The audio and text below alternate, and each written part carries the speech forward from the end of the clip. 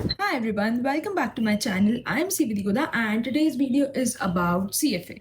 तो actually the thing is मैं दे रही हूँ CFA level 1 in November 2026 and I already had an attempt in 2026 May but I could not clear it due to some reasons and the reason is कि मैंने पढ़ाई नहीं की थी. मैं बिल्कुल पढ़ाई नहीं कर पाई मेरे ऑफिस के चलते एंड देन फॉर्चुनेटली मई में ही ऐसे हो गया कि CFA इंस्टीट्यूट ने एक नोटिफिकेशन जारी किया कि because of some reasons there was some problem with the site. So whosoever attempted in May 2026 will get a free chance to again attempt in either November 2026 or Feb or May 2027. So I again chose for November 2026.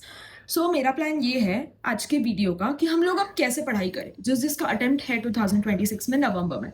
आज से around 90 days है attempt को बचे हुए. Today is 16th of August. तो यहाँ से around 90 days में हम लोग ऐसी क्या स्ट्रैटेजी करें या क्या प्लानिंग करें कि अगर आप ऑफिस कर रहे हो एंड आपको पढ़ना है जैसा जो मेरा केस है तो हम लोग ये कैसे अच्छे से कर सकते हैं. So let's start the video. सबसे पहले ना हम लोग सिलेबस डिस्कस कर लेते हैं कि कितना सिलेबस है एंड फिर हम लोग उसको कैसे प्लान आउट करेंगे. CFA का सिलेबस 10 सब्जेक्ट्स में डिवाइडेड है and the 10 subjects are, let me read it out for you.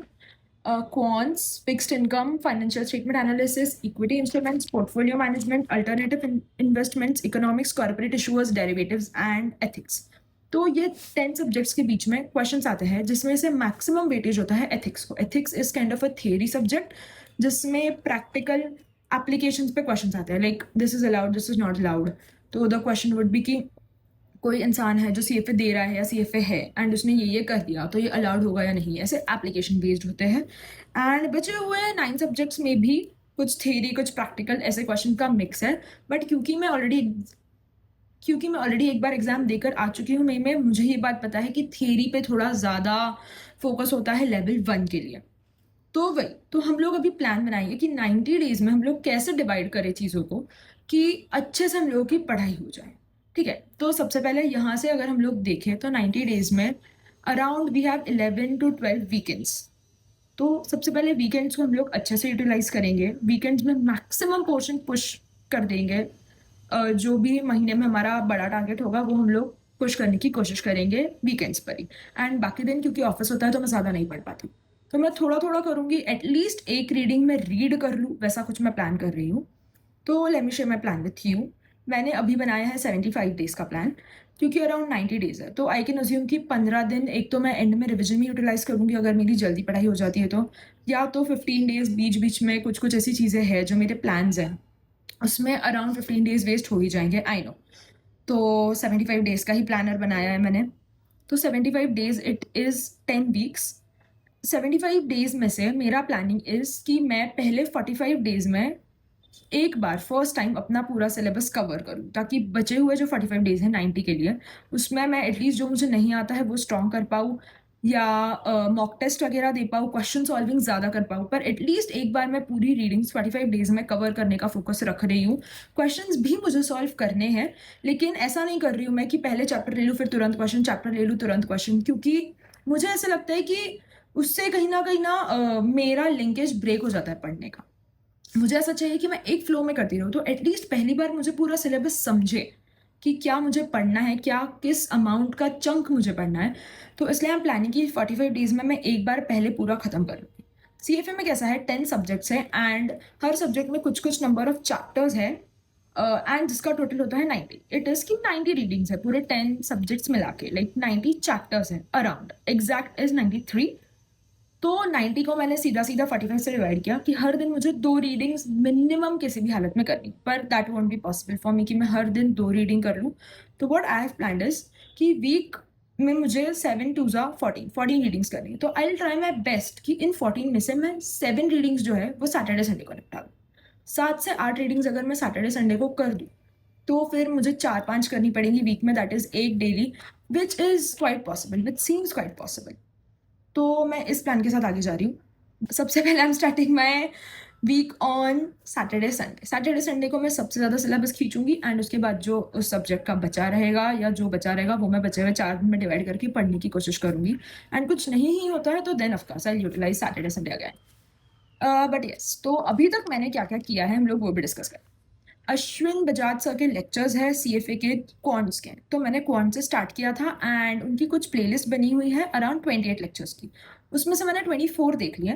And जब मैंने फिर सीएफए की बुक देखी, by the way I am using this Schweser notes, तो जब मैंने ये बुक देखी तो आई रियलाइज्ड कि इसमें इतना, मतलब जैसे मैं लेक्चर्स देख रही थी फुल फोकस से कि यहीं से मेरा सब कुछ कवर हो जाएगा, वैसा नहीं है। काफ़ी बेसिक लेवल पे पढ़ाया है। बेसिक एज इन उन्होंने पूरे बेसिक्स एकदम क्लियर करने की कोशिश की। डीप डाइव होकर हर चीज़ नहीं पढ़ाई है, काफ़ी चीज़ें हैं जो आपको उसमें न्यू मिलेगी एंड वो आपको खुद से पढ़ना पड़ेगा, लेकिन ऐसा नहीं है कि वो आपको समझ में नहीं आएगी, आपको समझ में ईजिली आ जाएगी अगर आपने वो लेक्चर्स देखे हैं तो उसमें के मैंने 24 लेक्चर्स देख लिए एंड जितना मैं कवर कर पा रही थी श्वेजर से वो भी मैंने रीडिंग करके क्वांट्स का कवर कर लिया है। देन मैंने एफएसए स्टार्ट किया। एफएसए के लिए आज ही मैंने एफएसए स्टार्ट किया है, उसका मैंने सिर्फ एक चैप्टर पढ़ा, that is also second chapter. मैंने फर्स्ट चैप्टर पढ़ने का ट्राई किया but it was so theoretical कि मैं कुछ पढ़ ही नहीं पाई। एंड सेकेंड चैप्टर में तो सब कुछ ऐसा है जो मुझे पता है, तो मैंने वो स्टार्ट कर दिया। वो अराउंड 30 पेजेस का है, so I think I be able to complete it by today and मैं एक और चैप्टर आज कर लूँ, आज ऐसी मेरी इच्छा है। तो let's see how it goes. And overall मेरा रिव्यू ये रहा है एफएसए को लेके कि अगर आप सीए हो तो आपको बहुत ईजी जाने वाला है एफएसए। इट इज़ लाइक जो तुम्हारे अंदर बसा है ना, अकाउंटिंग जो हमारे खून खून में है, बस वही है। तो कुछ भी न्यू नहीं है, हर एक चीज़ जो तुमको ऑलरेडी आती है वो है, बस ध्यान से पढ़ो। It is like revising everything which you already know. तो ध्यान से पढ़ो एंड थोड़ा न्यू जैसे पढ़ो। ऐसे मत सोचो कि अरे ये आता है, ये नहीं पढ़ना ही आता है। ऐसे पढ़ो कि हर चीज़ में फर्स्ट टाइम पढ़ रहा हूँ तो पहले समझ लेता हूँ वो क्या बोल रहा है एंड देन आई एनालाइज कि मुझे आता है या नहीं आता है, आता है या नहीं आता है। तो you can do that and I keep updating मेरा वीकली कितना सिलेबस कवर हुआ ऑन एवरी संडे।